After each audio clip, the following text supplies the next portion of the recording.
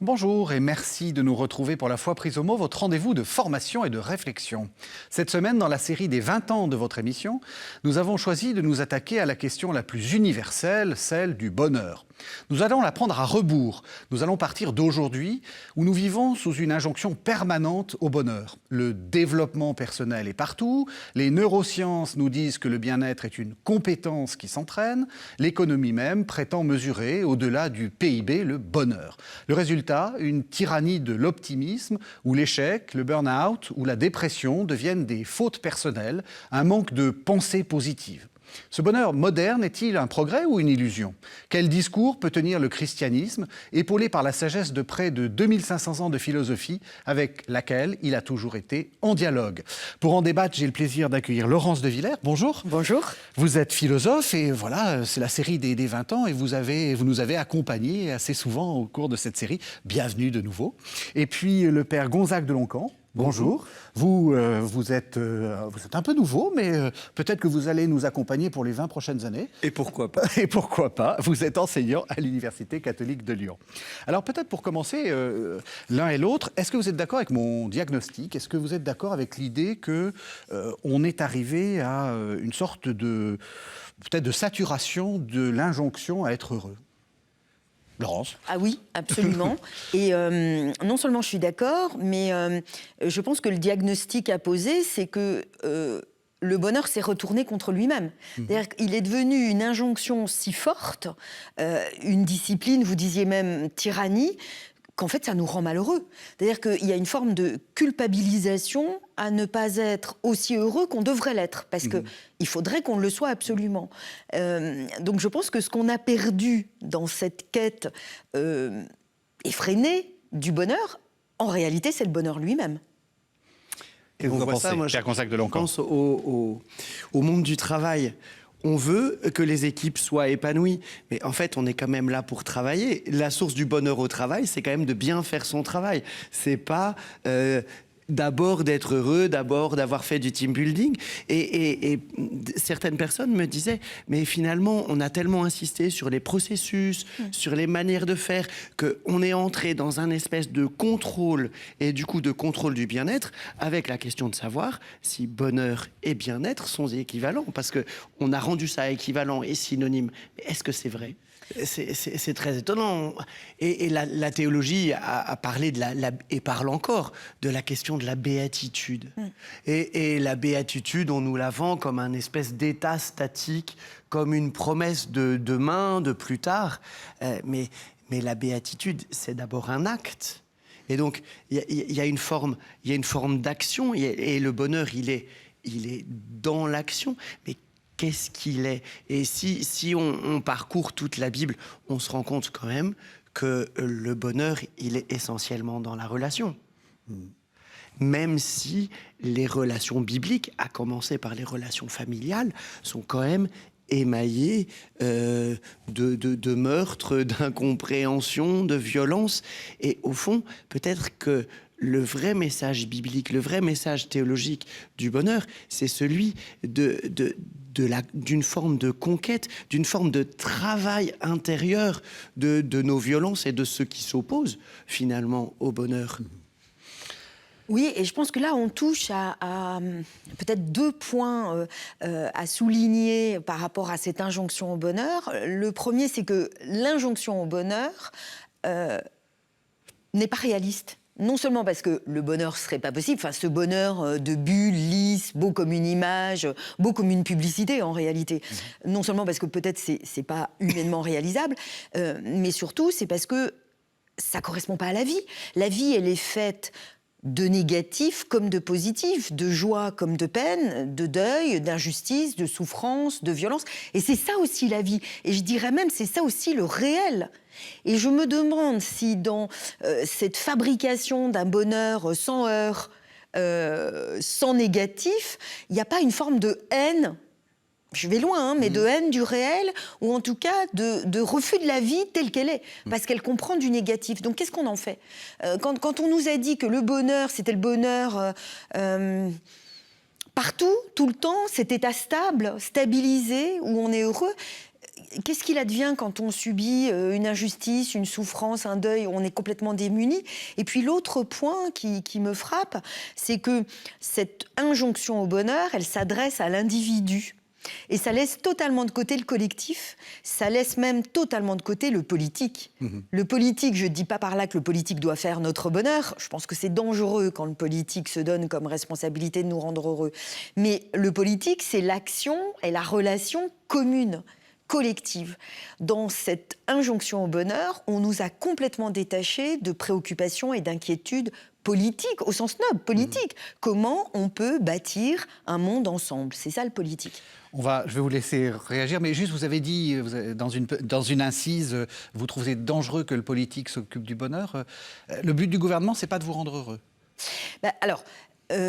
En tout cas, le but... Je ne fais pas de politique dans le gouvernement actuel français, mais est-ce que... Non, mais le but d'un gouvernement ne doit pas être de vous rendre malheureux. Mais je pense que quand un gouvernement veut faire notre bonheur, souvent il le fait malgré nous, voire contre nous. D'ailleurs, l'idée que vous ne savez pas ce que c'est que le bonheur, votre bonheur, on va vous le donner.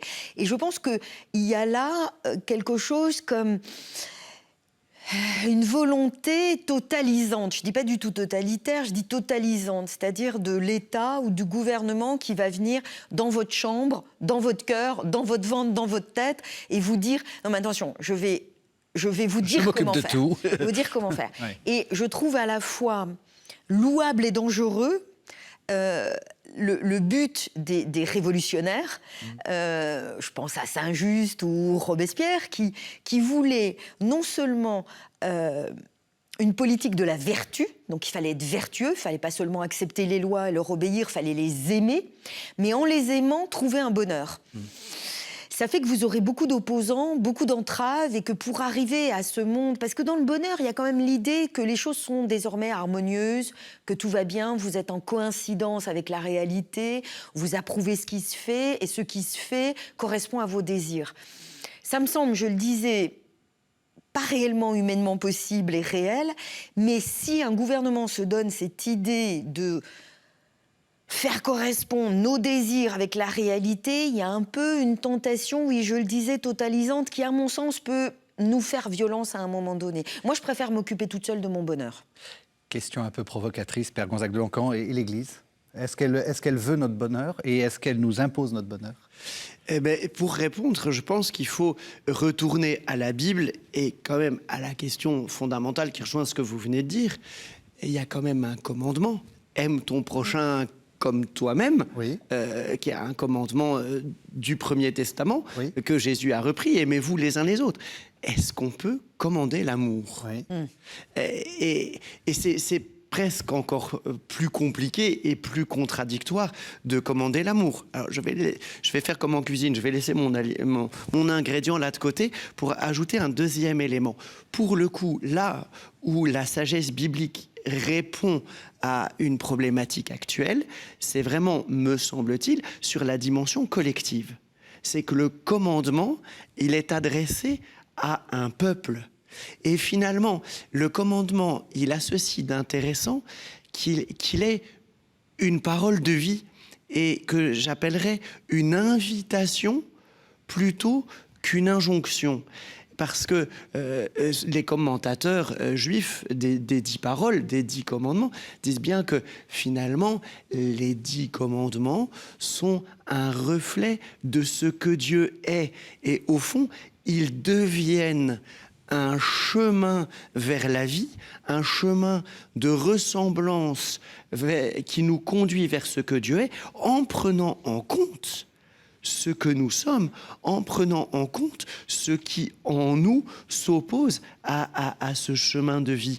Et donc, en ce sens-là, je crois que l'Église ne peut pas nous dire notre bonheur, mais nous rappeler que Dieu a façonné dans notre cœur un chemin qui prend en compte notre condition humaine et qui part de là. Parce que quand même, dans l'alliance du Sinaï, peu de temps... Enfin, de manière concomitante entre le don de la Torah, le don des tables de la loi, il y a le veau d'or.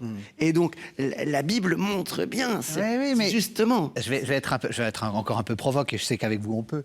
Est-ce qu'il n'y a pas eu quand même une tentation de nous dire comment vivre, comment être heureux? Vous savez, les prêtres en chair, peut-être pas vous, mais qui disent, voilà, je vais vous apprendre, il faut avoir de bonnes... Il y a une sorte de coaching à la fois spirituel, mais...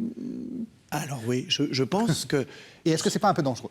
Je pense que, en fait, on a créé une morale chrétienne qui a fini par se désolidariser de sa source, par devenir justement un ensemble de règles au lieu de rester un chemin de vie. Et la règle en elle-même, à elle toute seule, coupée de son principe, qui est Dieu lui-même, et de l'itinéraire intérieur qu'il laisse faire, n'a pas de sens.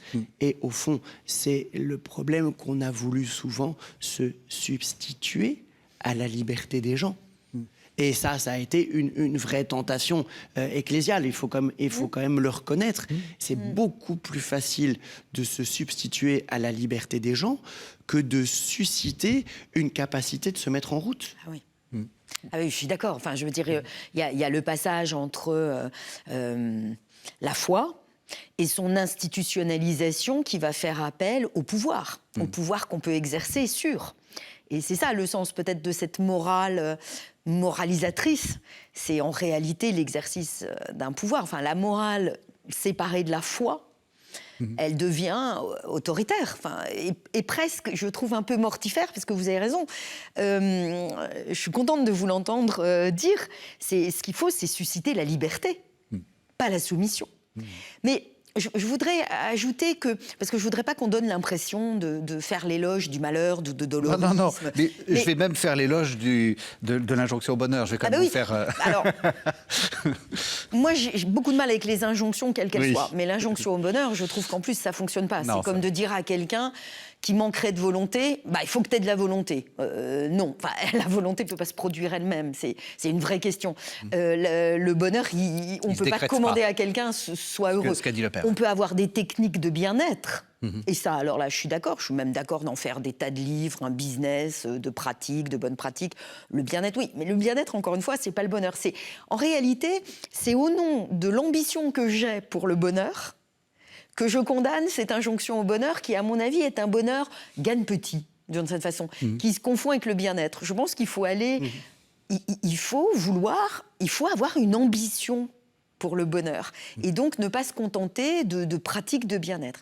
Mais le fait que notre époque...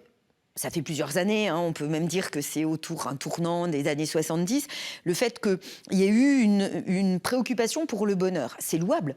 C'est-à-dire qu'en fait, justement, par rapport à ce qu'on disait, on s'est dit que le pouvoir seul était mortifère, qu'il fallait qu'il prenne en compte l'humain jusque dans son désir d'être heureux. Donc, par rapport à votre remarque du départ, pourquoi ne pas s'inquiéter du fait de minimiser la souffrance au travail ? Peut-être pas aller jusqu'à faire des DRH, des ressources humaines du bonheur. Je cherchais le mot. Je sais qu'il y a un mot qui est forcément en anglais pour faire bien, mais il y a eu vraiment cette mode dans les années 90, début 2000. Donc la préoccupation au départ, elle est louable. Comment faire en sorte que quand les humains sont ensemble, travaillent ensemble, ne génèrent pas une souffrance, donc une violence souvent, à mon sens, qui découle d'un pouvoir exercé sur. C'est louable. Maintenant, d'en faire une injonction, on a vu que, en fait, moi, je pense que ça va jusqu'à nier la vie. Et là, pour le coup, Nietzsche est un très bon guide. Ça paraît curieux, après avoir parlé du christianisme, mais c'est un grand penseur du christianisme. Parce que Nietzsche dit, le grand oui que nous devons dire à la vie, c'est la vie dans ses peines, dans son injustice, dans son aridité, dans sa violence. La vie, c'est rude. Il appelle ça aussi la pourpre mélancolie. C'est une vie pourpre, une vie qui prend tout.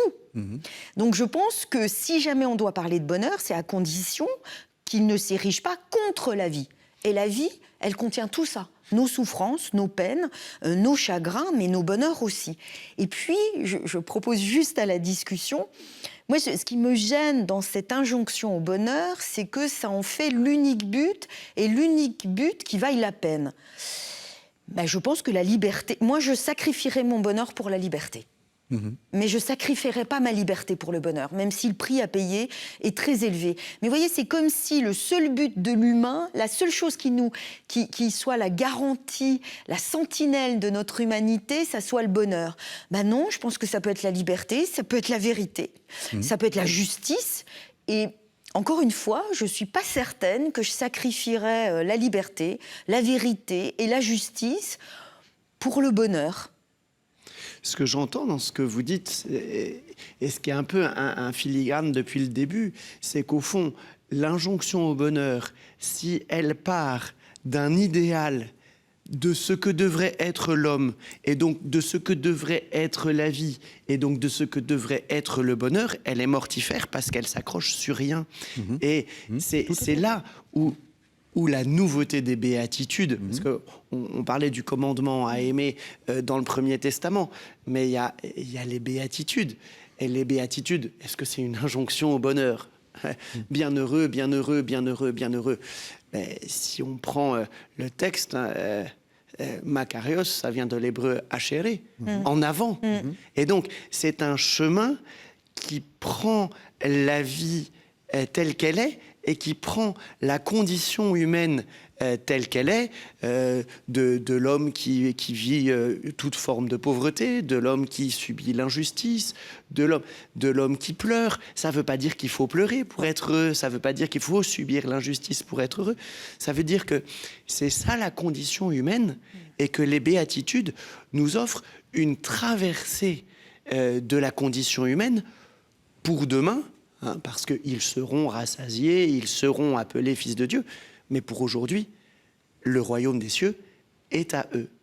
Et pour moi, c'est ça l'idée de l'invitation à une mise en route pour une traversée, pour une transformation de la condition humaine, de notre condition personnelle et de notre condition communautaire. Alors on va entendre le texte des béatitudes tout à l'heure, mais là, vous êtes allé un peu plus vite que la musique, mais on va arriver aux béatitudes. Je voudrais vous faire entendre un premier texte qui est celui assez célèbre, de la fin des fondements de la métaphysique des mœurs de Kant, un texte qui date de 1785, où il arrive finalement à cette idée que vous venez de défendre, que le concept du bonheur est un concept tellement indéterminé qu'on n'arrive pas à se fixer, qu'il ne faut pas fixer le bonheur comme un but à atteindre. On écoute Kant. Le concept du bonheur est un concept si indéterminé que, malgré le désir qu'a tout homme d'arriver à être heureux, personne ne peut jamais dire en termes précis et cohérents ce qu'il désire et veut véritablement. La cause en est que tous les éléments qui font partie du concept du bonheur sont dans leur ensemble empiriques, c'est-à-dire qu'ils doivent être empruntés à l'expérience, et que cependant, pour l'idée du bonheur, un tout absolu, un maximum de bien-être dans mon état présent et dans toute ma condition future est nécessaire. Or, il est impossible qu'un être fini, si perspicace et en même temps si puissant qu'on le suppose, se fasse un concept déterminé de ce qu'il veut ici véritablement. Veut-il une longue vie ? Qui lui garantit que ce ne serait pas une longue misère ? Veut-il du moins la santé ?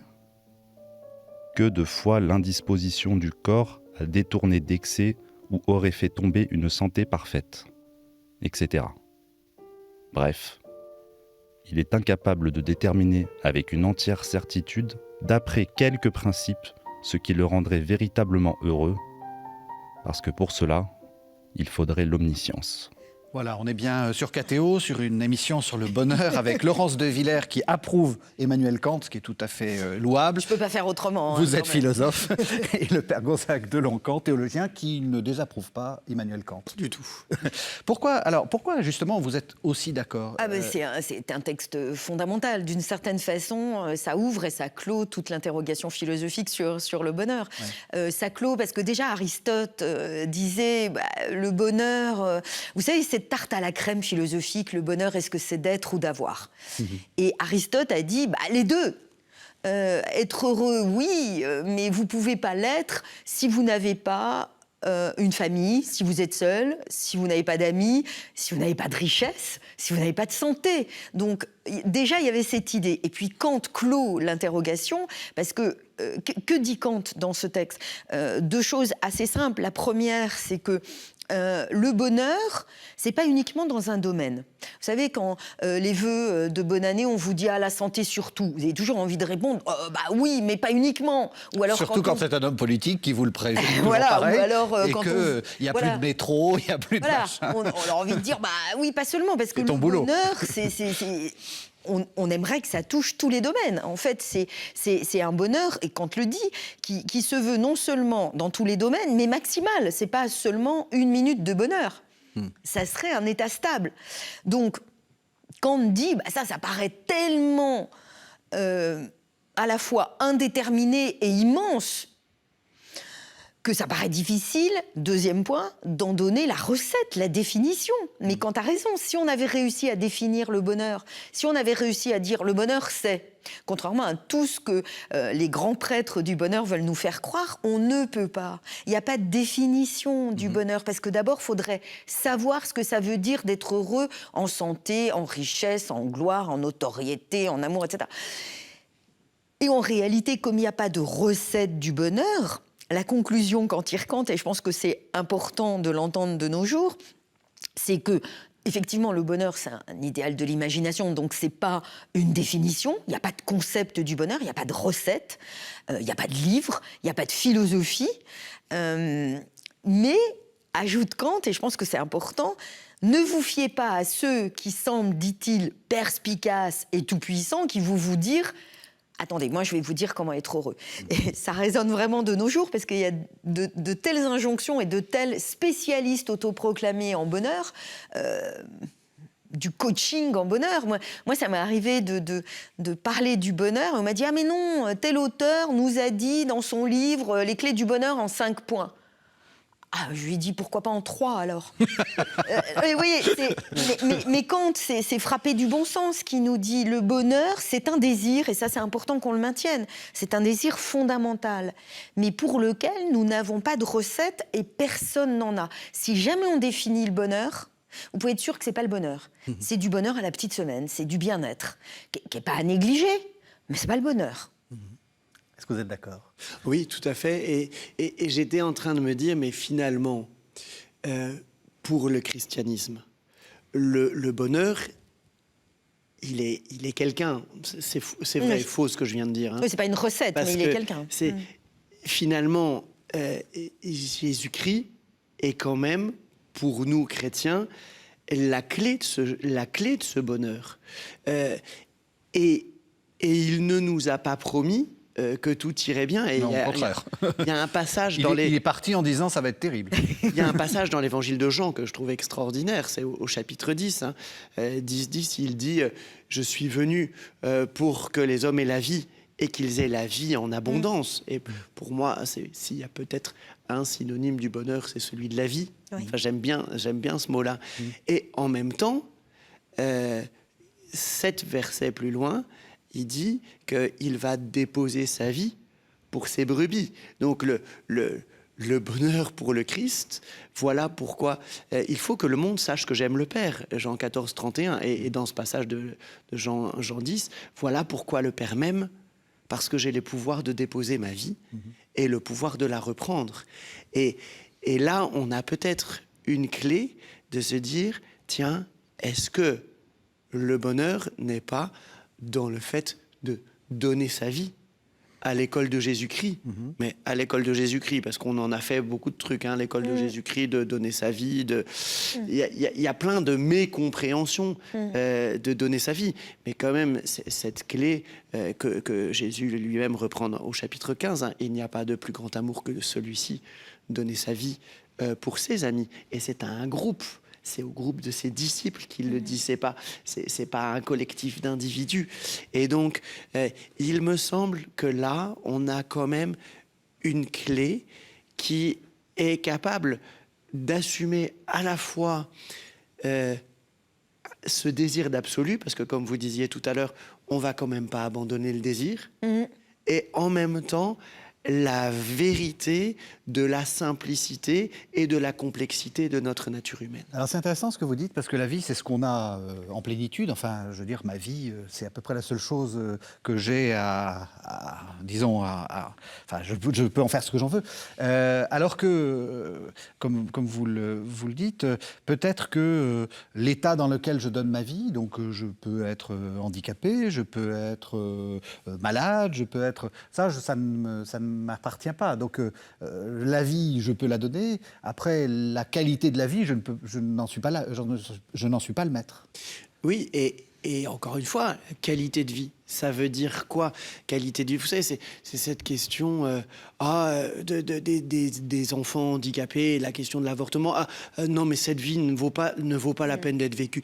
Qui sommes-nous pour être la norme d'une vie qui vaut la peine d'être vécue? C'est quand même très étonnant que l'injonction au bonheur, vous disiez tout à l'heure qu'elle se retourne contre le bonheur lui-même et contre nous, fait qu'on va finir par devenir la norme d'une vie qui vaut la peine d'être vécue. Ah non, il ne pourra pas être heureux. Bah, ça, je ne sais pas.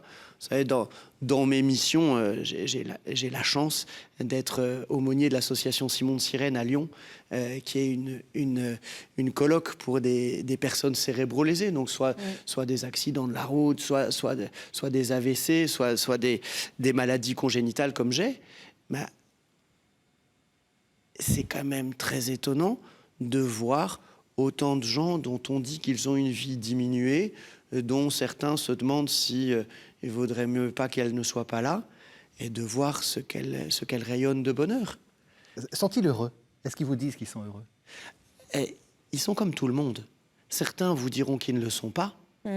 Certains vous diront qu'ils le sont. En ce sens-là, une personne malade ou handicapée n'est pas différente d'une autre. Ouais, c'est ça. Et le handicap n'est pas une obligation d'aller mal, ni une obligation d'aller bien. En revanche, c'est une capacité de faire un chemin. Et finalement, la devise de Simon de Sirène, c'est un peu « partager peut tout changer ». C'est là où on en revient à la question de la relation, de trouver un chemin de sens. Et peut-être que dans la question du bonheur, la question du sens intervient.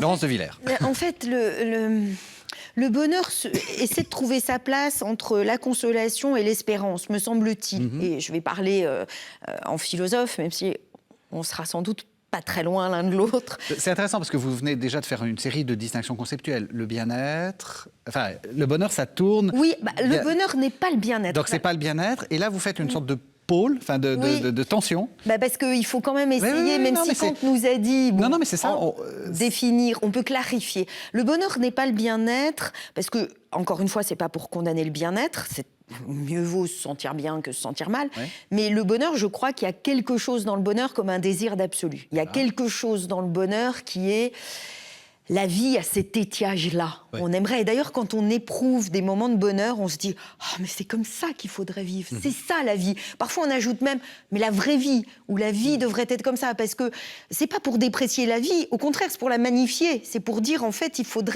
y a plus de vie dans la vie que ce que nous promettent les vendeurs de bonheur. Oui. Donc, moi, je pense qu'en fait, ils promettent pas assez. Oui. Il faut aller beaucoup plus haut, beaucoup plus grand. Ouais. Et je pense qu'il y a un idéal dans le bonheur qu'il ne faut pas du tout mépriser. Ouais. C'est une vie en abondance, en fait. C'est plus que, vous avez raison, là je fais ma corrélation, c'est plus que la sérénité, la paix, Évidemment qu'il faut la sérénité, la confiance. Mais voilà, mais c'est plus, le bonheur, c'est ce plus dans la vie. Je pense que c'est pas fuir la vie ou la réduire uniquement à du positif, c'est toute la vie, parce que la vie contient plus que ce qu'on peut même désirer. Et c'est ça, le bonheur, il est même au-delà de nos désirs de bonheur. Et pour moi, c'est l'image de l'abondance, c'est des victuailles.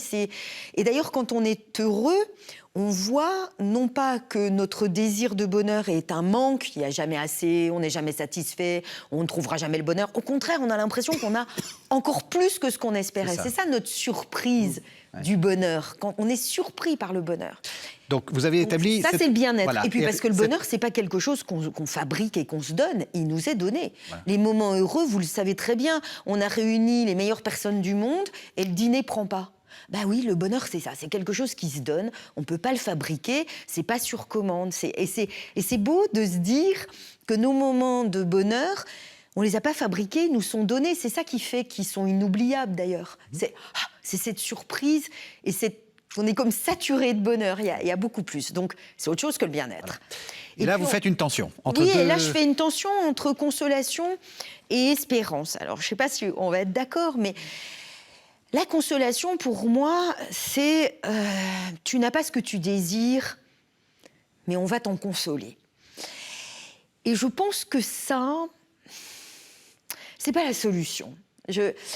Alors, je vais peut-être le dire de manière provocatrice, mais vraiment provocatrice, hein, mais c'est-à-dire que si on va à Dieu pour la consolation, j'ai peur qu'en fait, on aille à ce Dieu de consolation en tournant le dos à la vie.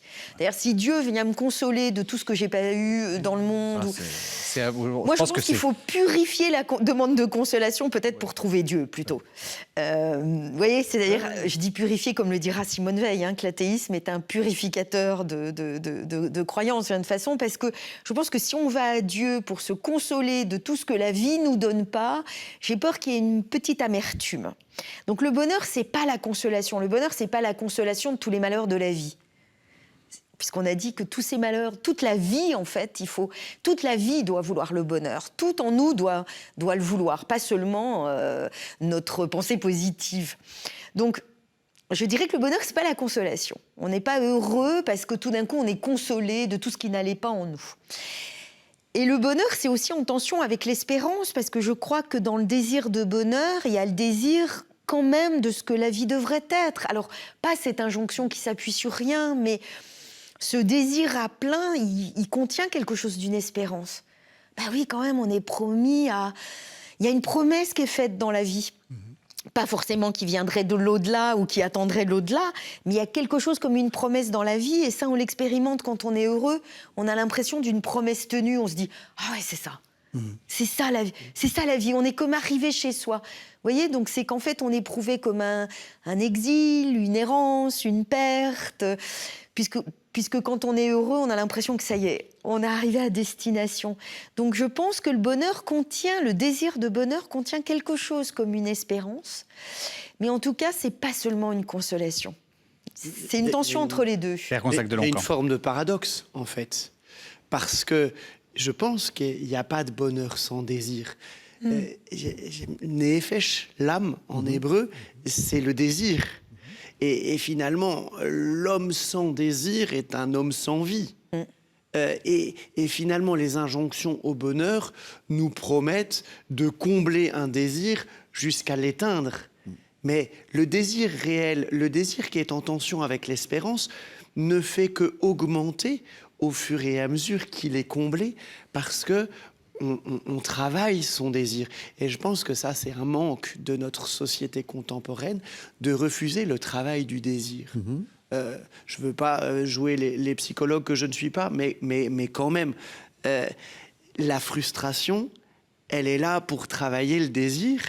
Et travailler le désir, c'est augmenter notre capacité intérieure. Ce que Jésus dit à Sainte Catherine de Sienne, « Fais-toi capacité, je me ferai torrent ». Et au fond, on est tellement dans la satisfaction immédiate du désir qu'on ne le travaille pas, on ne se trouve pas les nouveaux chemins dont on a besoin pour que le désir soit plus grand, soit plus vrai. Et dans le travail du désir, il y a tout ce qu'il y a d'appauvrissement, de perte d'illusion, de chercher des nouveaux chemins, d'arriver à faire des détours. J'ai pas ça, c'est peut-être parce qu'au fond, il faut que je trouve un autre chemin. Et qu'en trouvant un autre chemin, je vais trouver plus, je vais chercher plus. Et pour ce qui est de la consolation, alors, là encore, il y a... J'ai dit que j'étais provocatrice. Pardon. Mais non, mais je suis d'accord, parce que derrière ce désir et ce travail du désir, il y a aussi le travail de nos images de Dieu. Quelle représentation j'ai de Dieu.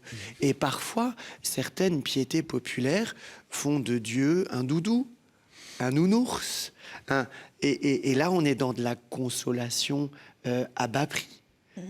Et de la consolation illusion qui voudrait nous éviter la traversée de la condition humaine, la traversée de la difficulté, la traversée de la souffrance. Vous savez, c'est l'image que je prends de temps en temps avec des enfants de cet explorateur qui voit une chrysalide et qui voit le papillon en train d'essayer de sortir de sa chrysalide, et le pauvre, c'est compliqué, c'est dur de sortir de la chrysalide. Alors il se dit, pris de compassion, je vais l'aider. Et délicatement, il découpe la chrysalide. Et le papillon n'est pas capable de s'envoler. Parce qu'il faut qu'il soit passé par le petit trou de la chrysalide pour devenir suffisamment fort pour être capable de s'envoler. Et finalement, est-ce que c'est une consolation qui veut nous épargner le travail de devenir humain ? Le travail de nos illusions, le travail de nos désirs, non pas pour qu'ils soient absents, mais pour qu'ils deviennent plus grands. Cette phrase de la petite Thérèse, mon Dieu, vous avez dépassé mon attente. C'est intéressant parce que dans ce que dit le père Gonzague de Lancamp, il y a quelque chose que vous aviez dit aussi, c'est que le bonheur, ou disons l'injonction au bonheur ou la quête absolue de bonheur, c'est aussi c'est tourner le dos à la vie. C'est ne pas la voir dans tous ses... C'est exactement ça. C'est-à-dire que, se dire je vais vivre une vie heureuse, c'est aussi se dire je vais vivre une vie anesthésiée. Une vie qui n'est plus une vie. Oui. Parce que, on peut dire hélas, j'allais dire hélas, la vie, elle comprend aussi le négatif. Le négatif, c'est la vie. Et je pense qu'on essaie de faire une vie de papier glacé. Vous savez, moi, je pense souvent à cette publicité, je pense qu'elle n'existe plus, mais plus comme ça peut-être, mais de l'ami Ricoré. Alors, c'est une famille qui prend le petit déjeuner sous un soleil qui semble éternel, donc pas caniculaire, merveilleux, un été éternel, donc en plein air, un petit déjeuner en plein air. Apparemment, il n'y a pas l'horaire, puisqu'ils prennent tout leur temps, et tout est beau, tout le monde s'aime, le monde est merveilleux, c'est toujours en été, et il y a un facteur qui arrive, je crois, enfin on l'aime, et il prend un Ricoré avec nous. Et il passe le temps à boire du café. Voilà, c'est ça. Et en fait, j'ai l'impression que l'injonction au bonheur, elle participe de ce que j'appellerais le bonheur de papier glacé, de magazine, de publicité, mais la vie, c'est pas ça. Et du coup, cette injonction de bonheur, elle ne va pas rencontrer la vie. Donc elle va nous culpabiliser, ou alors se transformer en injonction à la performance. Moi, je soupçonne l'injonction au bonheur d'être en réalité une injonction à la performance. Il faudrait concevoir sa vie comme une auto-entreprise où il n'y aurait pas de perte. Je pense qu'en fait, il y a quelque chose de comptable dans ce bonheur. Il faut absolument qu'il n'y ait ni blocage, il n'y a rien à perte. Mais il y a plein de choses qui sont à perte. Et le bonheur, d'abord. Le bonheur, ce sont des moments à perte. On n'est pas heureux parce qu'on a réussi quelque chose, on est heureux parce qu'on est heureux. Les moments de bonheur, tout le monde le sait, sont des moments à perte. Qu'est-ce que je veux dire par là ? C'est qu'ils visent à satisfaire aucun intérêt. Et c'est bien pour ça que c'est heureux. Donc en fait, je pense que derrière, il y a une forme de pensée gestionnaire du bonheur. Il faut que cocher la case des gains. Donc je pense que cette haine de la vie, c'est en fait l'apologie de la performance. Il ne faut pas se plaindre, résilier, rebondir, se refaire, se reconstruire, se réparer. Et cette injonction au bonheur qu'on a connue peut-être dans les années 2000, elle est en train de se distribuer en plein d'autres choses. On la retrouve dans les domaines de la justice. Alors là aussi, je vais faire polémique, mais je le dis, cette injonction qui est faite à absolument pardonner, à absolument se reconstruire, à absolument rebondir, non, parfois on ne veut pas. Parfois, on ne veut pas. Parfois, on ne veut même pas céder sur le fait qu'on ne veut pas pardonner parce que ça nous appartient. Donc, je pense que l'injonction au bonheur, vous voyez, elle se ramifie partout. Et puis, l'autre chose que je voulais peut-être souligner, c'est que dans cette cette injonction au bonheur, il me semble qu'il y a, vous l'avez dit, mais je vais peut-être insister, un appauvrissement de notre désir. Vous l'avez dit. C'est-à-dire qu'en fait, on va usiner et marchandiser notre désir. Alors, là où on a de la curiosité, parce que ça rend heureux d'être curieux, on va vous donner, on va générer du contenu. Par IA, parce que ça va encore plus vite. Mais ça tue votre désir de savoir. Là où on avait un désir d'une vie plus grande, plus intense, de quelque chose de fort, mais je ne veux pas dire par là qui est forcément électrisant, mais quelque chose d'intense, on va vous donner de la consommation. On va vous dire, si tu possèdes ça, tu seras heureux. Ça ne lui a pas réussi, mais si tu as une montre Rolex, tu seras heureux. Vous voyez, là où nous, on a des désirs de bonheur qui sont, comme le disait Kant d'ailleurs, qui ne peuvent pas s'enfermer dans quelque chose, parce que ça va au-delà, on nous propose du petit bonheur. D'ailleurs, il y a l'expression, C'est significatif que l'injonction qui nous est faite à être heureux, elle s'accompagne de l'apologie des petits bonheurs. Le nombre de fois où, quand je parlais du bonheur, au moment où j'écrivais mon livre sur le bonheur, on me disait « oui, mais est-ce que ce ne sont pas les petits bonheurs qui comptent ?» Et quitte à être encore une fois polémique, je disais « mais non, voyons grand !» Je veux tout. Mais pourquoi des petits ? Mais pourquoi vous voyez, c'est comme l'ambition. Pourquoi il ne faudrait pas d'ambition ? Pourquoi il faudrait une petite ambition ? Pourquoi il faudrait des petits bonheurs ? Non, voyons grand. Enfin, je pense que de nos jours même, le bonheur de la paix, par exemple, il ne faut pas avoir un petit bonheur de la paix. Ça ne se négocie pas au rabais. La paix. Je pense que ça ne marche pas. On ne peut pas dire ça à Volodymyr Zelensky, aux Ukrainiens, de négocier une petite paix. Donc, non, le bonheur, ce ne sont pas des petits bonheurs. Et très souvent, quand on nous propose des petits bonheurs, c'est un appauvrissement de notre désir de bonheur. En vous entendant, il y a deux choses qui me viennent. On n'est pas longtemps avant Noël. Et souvent, on espère que Noël sera une bulle. Et on finit le temps de Noël déçu, parce qu'en fait, c'est pas la bulle. On voudrait une espèce de petite bulle de bonheur. On nous vend une bulle familiale où tout va bien se passer. Oui, mais si ça se passait pas bien avant, ça se passera pas nécessairement bien après, juste par la magie de Noël. Ça y est, encore un qui a cassé la magie de Noël. Et parce que Noël, c'est autre chose. C'est précisément la crèche. C'est Dieu qui accepte de descendre là où apparemment les conditions du bonheur n'existent pas, elles ne sont pas remplies. Et même si les conditions de bonheur à la crèche ne sont pas remplies, Dieu vient. La vie se donne. Il y a quand même là le vrai message de Noël. Faut peut-être pas se tromper. Et puis, quand vous parliez du bonheur papier glacé, de cette bulle, finalement, c'est que on ne nous donne comme satisfaction de notre bonheur que ce qui nous ressemble. Vous savez, sur votre écran de veille de votre ordinateur, il y a marqué « Vous avez aimé cette image ? Cliquez ici, nous vous en montrerons d'autres semblables. » Mais je veux pas des semblables, je veux de l'autre, je veux du différent. Et est-ce qu'il n'y a pas ça aussi dans le bonheur ? C'est la rencontre du tout autre, la surprise du tout autre. C'est la surprise trinitaire. Il n'y a pas plus un que le Père, le Fils et le Saint-Esprit. Il n'y a pas plus tout autre que le Père, le Fils et le Saint-Esprit. Et c'est ça aussi pour moi la bonne nouvelle de Noël. C'est ce tout autre et ce tout un, et non pas ce tout semblable qui se rétrécit sur lui-même. Alors je l'ai promis, on va quand même entendre les béatitudes. Nous entendrons les béatitudes dans la version de Matthieu. Ce sont donc les versets 2 à 8 du chapitre 5. Heureux les pauvres de cœur, car le royaume des cieux est à eux. Heureux ceux qui pleurent, car ils seront consolés. Heureux les doux, car ils recevront la terre en héritage. Heureux ceux qui ont faim et soif de la justice, car ils seront rassasiés. Heureux les miséricordieux, car ils obtiendront miséricorde. Heureux les cœurs purs, car ils verront Dieu. une phrase d'Hannah Arendt me revient en mémoire, et elle parle des Français. Elle dit, depuis que les Français ont déserté l'histoire et le politique, ils se contentent de petits bonheurs, je cite de mémoire, hein, de petits bonheurs, le géranium sur le balcon, le chat dans la maison, et moi sur le canapé. Elle était effrayante. Et je trouve que cette critique des petits bonheurs rejoint reprend toutes les thématiques qu'on a pu prendre, c'est-à-dire que vous ne pouvez pas être heureux contre le réel ou contre la vie. Il faut être heureux avec, et parfois même malgré la vie, malgré ce qu'elle est.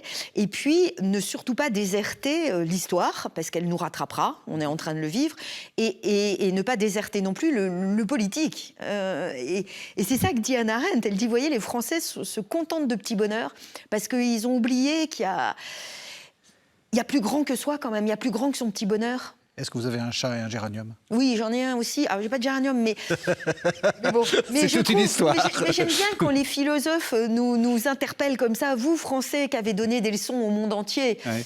Qu'est-ce que vous avez fait de votre mission d'une Juste des géraniums. J'ai donné la version de Matthieu. Il y a une version de Luc, et c'est assez intéressant de voir que dans cette... vous avez commencé, Père Gonzague de Loncan, à nous parler de Makarios, hein, heureux. Dans la version de Matthieu, on voit bien qu'il y a quelque chose d'assez... un peu vague, enfin c'est une éthique un peu spirituelle de l'intériorité, ceux qui pleurent, ceux qui sont consolés, alors que chez Luc on est vraiment dans quelque chose de très radical, hein. Heureux vous les pauvres. Est-ce que c'est un des thèmes que vous avez abordé dans une de vos interventions? Est-ce qu'il n'y a pas aussi dans le bonheur quelque chose qui est de l'ordre de l'action? On est heureux parce qu'on rend le monde un peu moins injuste. Oui, alors tout dépend ce qu'on appelle action. Et l'action, c'est pas nécessairement de l'activisme, c'est pas nécessairement du faire. Si c'est une action justement qui vient de l'intérieur, qui vient d'un débordement, parce que finalement tous les saints qui ont agi pour la transformation du monde, et là je pense à tous les exemples qu'il y a dans l'exhortation d'Ilexité du pape Léon et du pape François, de tous ces saints qui ont transformé le monde, ils n'ont pas cherché à transformer le monde à partir de leur vision du monde, qui serait toujours restreinte, parce qu'on a beau être saint, notre propre vision du monde, elle est toujours restreinte, mais de cet appel intérieur qu'ils ont laissé résonner. Et c'est là où c'est peut-être la différence entre avec une injonction, c'est que l'injonction, elle vous vient de l'extérieur, l'appel, il nous vient de l'intérieur, et il y a un écho finalement entre ce qui vient de l'extérieur, de la parole de Jésus, et ce qui vient de l'intérieur de nous-mêmes. Et c'est cette rencontre à l'intérieur de nous-mêmes, de cet appel de Dieu et de ce désir qu'il a planté en nous, qui va nous mettre en route pour être des réels acteurs de transformation.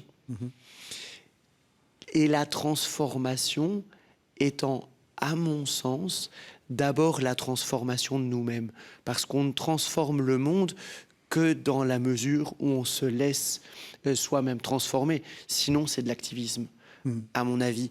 Et précisément dans la bonne nouvelle des béatitudes, c'est pas « ce ne sera plus comme ça ».